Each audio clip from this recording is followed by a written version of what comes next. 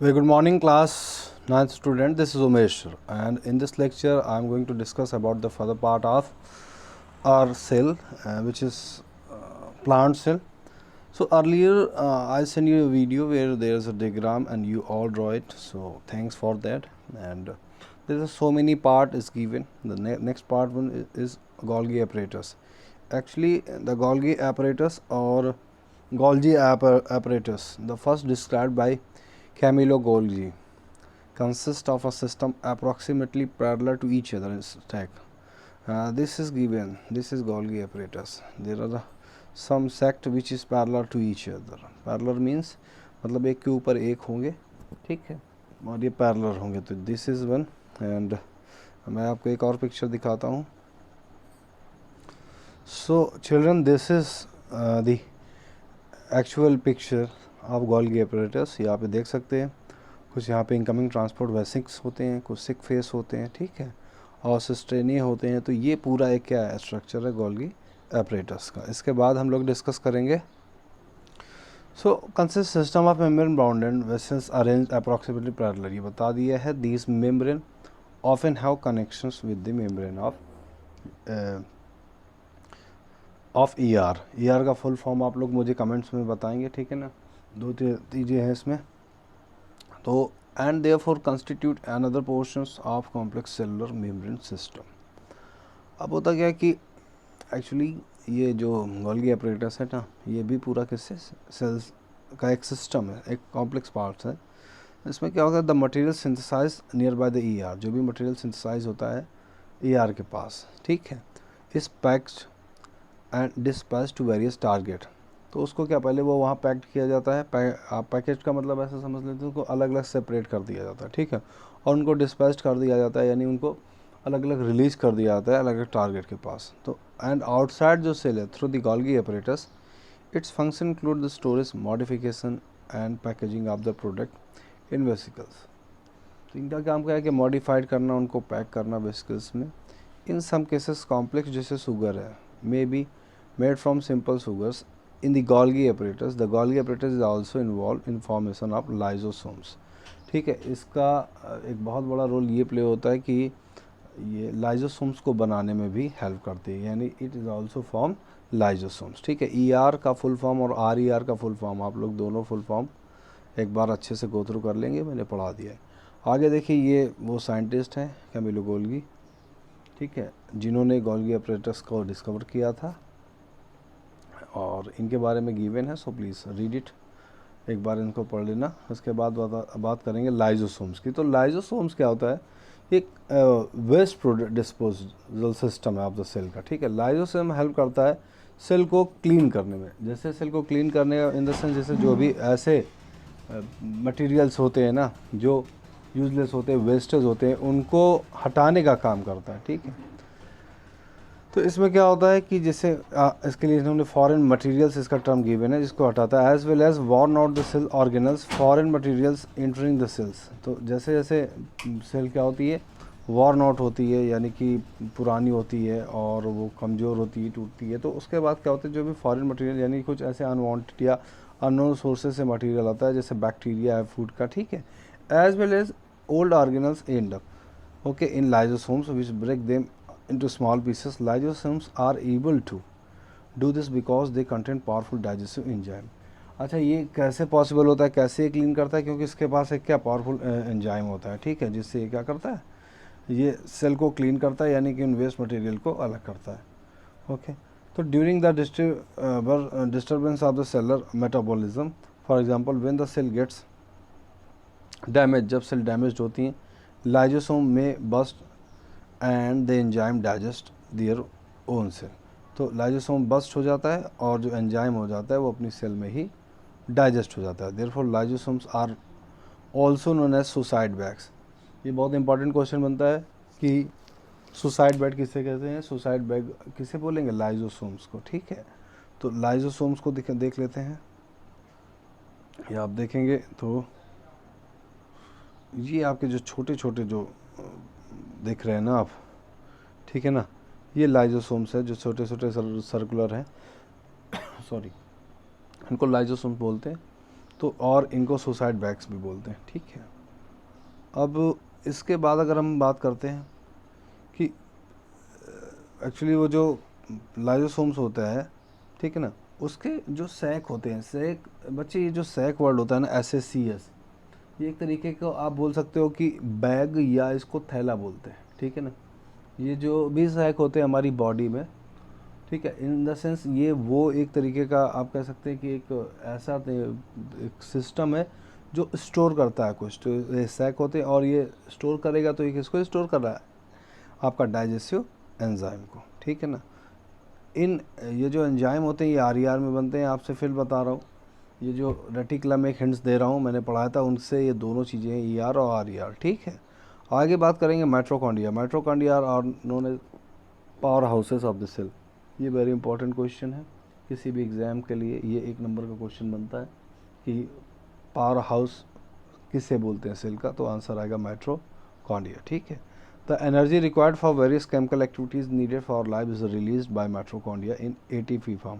ये गिवन है इसमें ऑलरेडी, एडेनोसिन ट्राइफॉस्फेट ATP होता है। ATP is known as energy currency of the cell, इसको बोलते हैं एनर्जी करेंसी, ठीक है। The body use energy stored in ATP। Actually जो भी बॉडी यूज़ होती है वो स्टोर्ड होती है कहाँ पे, ATP पे, for making new chemical compound, और नई केमिकल कंपाउंड बनाती है। माइटोकॉन्ड्रिया हैव 2 मेम्ब्रेन, इसमें 2 मेम्ब्रेन होते हैं, covering instead of just 1। The outer membrane is very porous while the inner membrane is deeply folded. अगर माइटोकॉन्ड्रिया को देखें तो ये आपका 2 मेम्ब्रेन होता है, ठीक है ना। इसका भी मैं आपको इमेज थोड़ा सा जूम करके दिखाता हूँ, 1 मिनट बस। So children, this is image of mitochondria using the inner membrane is given which is in folded form and outer membrane like a sac, एक तरीके का क्या है, सैक है जिसके अंदर के inner membrane stored है। सेकेंडली और आप देखो कि इसका जो स्ट्रक्चर है ना इनर मेम्ब्रेन का, वो पूरी तरीके से फोल्डेड है, और उसमें क्या होते हैं, और ये जो फोल्ड है इनको क्रिस्टे और मैट्रिक्स, इस फॉर्मेट में ये आपके हैं। तो आप माइटोकॉन्ड्रिया के स्ट्रक्चर को देखें, और एक और है इसमें, हमने देखे DNA भी हैं, ठीक है, राइबोसोम्स भी हैं। तो ये सारी चीज़ें भी इनर मेम्ब्रेन जो है उसके फोल्ड के अंदर स्टोर्ड होते हैं। तो ये क्लियर हो गया होगा माइटोकॉन्ड्रिया आपको, ठीक है। सो आफ्टर माइटोकॉन्ड्रिया अब हम बात करेंगे, अच्छा हाँ, इनके साथ एक और ज़रूरी है, माइटोकॉन्ड्रिया जो होते हैं वो strange organelles in the sense they have their on DNA, इनका खुद का DNA होता है, मैंने दिखा दिया, राइजोसोम्स होते हैं, ठीक है। तो ये अपने आप में एक तरीके से खुद प्रोटीन को प्रोड्यूस करते हैं, ओके। तो अब बात आती है plastids. Plastid are present only in plant cell, ये एनिमल सेल में नहीं होते। चार 2 टाइप ऑफ प्लास्टिक होता है, क्रोमोप्लास्ट होता है, ओके, और ल्यूकोप्लास्ट होता है। क्रोमोप्लास्ट जो होता है वो कलर्ड प्लास्टिड होता है, और जो ल्यूको होता है वो कलरलेस होता है। प्लीज़ उसको थोड़ा ध्यान देंगे। Chromoplast means coloured, leuco means जिस पे कलर ना हो। Plastids contain the pigment chlorophyll, are known as a chloroplast. Chloroplasts are important for photosynthesis in plants. Chloroplast also contain various yellow or orange pigment in addition to chlorophyll. The leucoplasts are primarily organelles in which materials such as starch है, oil है, protein है, granular stores, ये इनको stored करता है, starch वगैरह granule को, ठीक है। क्लोरोप्लास्ट केवल प्लांट सेल में होंगी, it means that animal cell में हमको देखना नहीं है। ये आपके जो स्ट्रक्चर है ना, ये क्लोरोप्लास्ट है, ये आप देख सकते हैं ग्रीन ग्रीन, ओके। तो यहाँ तक आपको क्लियर हो गया होगा। The internal organisations of plastic consist of numerous membrane layer embedded with the materials called the stoma. So plastids are similar to mitochondria in external structures. Like a mitochondria, plastids also have their own DNA and ribosomes. Next is vacuoles. Vacuoles are stored sac or solid or liquid content. Vacuoles are small sized in animal cells while plant cell में इनका size large होता है। उसका reason देखो, जो plant होते हैं उनका साइज लार्ज होता है, तो ऑब्वियस सी बात है कि उसके जो भी कंपोनेंट्स होंगे वो क्या होंगे, लार्ज होंगे। तो वैक्यूल्स जो है वो भी आपको इसमें मेंशन होगा।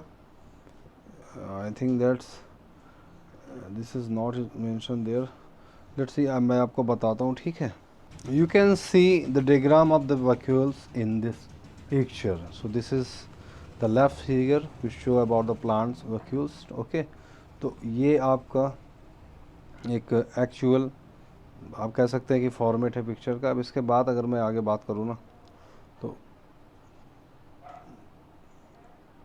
लगभग चैप्टर ये फिनिश होने का है. आप लोगों का एक वर्क है जो आपको हमेशा करना होता है. सबसे पहले एनसीईआरटी पढ़ना बहुत इंपॉर्टेंट है. आप लोग क्या क्या करो कि इसको एक रीडिंग हैबिट बना लो. During the free time you have to read, और एक एक पैरा उठा करके उसको अच्छे से रीड कर लो. कुछ इमेजेस ड्रॉ कर लिया करो जो इम्पोर्टेंट पॉइंट्स हैं. जैसे आपका ल्यूकोसाइड वाइट होता है, उसको आपने क्या कर लिया, अंडरलाइन कर लिया ना. पावर हाउस क्या है सेल का, माइटोकॉन्ड्रिया, उसको अंडरलाइन कर लिया. तो छोटे छोटे पॉइंट्स हैं जिनको आप क्या अच्छे से कर सकते हो, क्योंकि ये बहुत ही ज़्यादा इंपॉर्टेंट होते हैं एग्ज़ाम के पर्पज़ से. ठीक है, तो प्लीज़ इसको आप लोगों को करना होता है, तो एक बार ज़रूर गो थ्रू करिए एनसीईआरटी. तो अगर अब इसकी बात करते हैं ना, तो the central vacuoles of some plant cells में be occupy 50 to 90% of the cell volume. यानी कि अराउंड 50 से 90% जो टोटल वॉल्यूम होता है किसी सेल का, वो तो अकेले वैक्यूल्स ऑक्यूपाई करता है प्लांट सेल में. तो प्लांट सेल का जो भी ये वैक्यूल्स जो होते हैं are full of cell sap. Cell sap से फिल्ड होते हैं. सैप एक तरीके का आपसे समझ लीजिए जो गैप में कोई भी सेमी लिक्विड फील्ड होता है उसे सैप बोलते हैं. And provide turgidity and rigidity, ये दोनों चीज़ें सेल को प्रोवाइड करता है. Many substance of important in life of the plants are stored in vacuoles. These included, जैसे अमीनो एसिड है, शुगर है, वेरियस ऑर्गेनिक एसिड्स हैं, ठीक है ना, प्रोटीन है. एक सिंगल सेल ऑर्गेनिज्म है अमीबा. द फूड वैक्यूल्स जो होते हैं ये कंटेंट फूड आइटम तो अमीबा कंज्यूम. एक्चुअली इनका काम क्या होता है, जो भी फूड कंज्यूम करता है उसको स्टोर करना. इन सम यूनिसेलुलर ऑर्गेनिज्म है जैसे स्पेशलाइज्ड वैक्यूल्स, इसमें जो होते हैं आल्सो प्ले इंपॉर्टेंट रोल. तो कुछ और भी जो आप कह सकते हैं यूनिसेलुलर ऑर्गेनिज्म है, तो उनमें भी वैक्यूल्स का एक बहुत बड़ा रोल प्ले होता है. अच्छा, इनका एक काम और होता है, ये एक रोल और प्ले करते हैं क्या, एक्सप्लेनिंग एक्सेस वाटर. ज़्यादा अगर वाटर होगा ना, या सेल में वेस्ट कोई होगा, तो उसको एक्सक्रेट या उसको बाहर करने में भी हेल्प करते हैं. तो बच्चों लगभग ये चैप्टर हम लोगों ने फिनिश कर दिया है. अब इसमें कुछ ऐसा है नहीं, ठीक है. तो यहाँ से पूरा एक कंक्लूजन ये निकला कि ईच सेल जो है acquired structure and ability to function because of organization its membrane and organelles in specific ways. The cell thus has a basic structure organizations. This has helped the cells to perform functions like respirations है, ठीक है, obtaining nutritions and clearing the waste material or form new protein. This is the cell of fundamental structure of living organism. It is also basic function unit of life. अब यहाँ से this chapter is never remove from your course if you are biology student in your further class. तो please इसको अच्छे से देख लीजिएगा. एक बार फिर से मैं पॉइंट्स के बारे में डिस्कस करता हूँ. छोटे छोटे पॉइंट्स हैं. वी स्टडी अबाउट, सबसे पहले एक जो इम्पोर्टेंट था माइक्रो जो स्कोप है. This is very important because it's not possible about to learn about the cells. तो सबसे पहले उसको देखेंगे जिससे हम लोग क्या सेल्स के स्ट्रक्चर को देख सकते हैं. That is microscopic. और इसके दो टाइप्स होते हैं वो मैं बता चुका हूँ. और उसके बाद अनियन पील से सबसे पहले सेल की स्टार्टिंग हुई थी. फिर सेल के डिफरेंट स्ट्रक्चर्स थे, कुछ ये गिवन है, ओके. और इसके बाद फिर हमने अलग अलग इसके जो पार्ट्स थे उनके बारे में स्टडी की थी.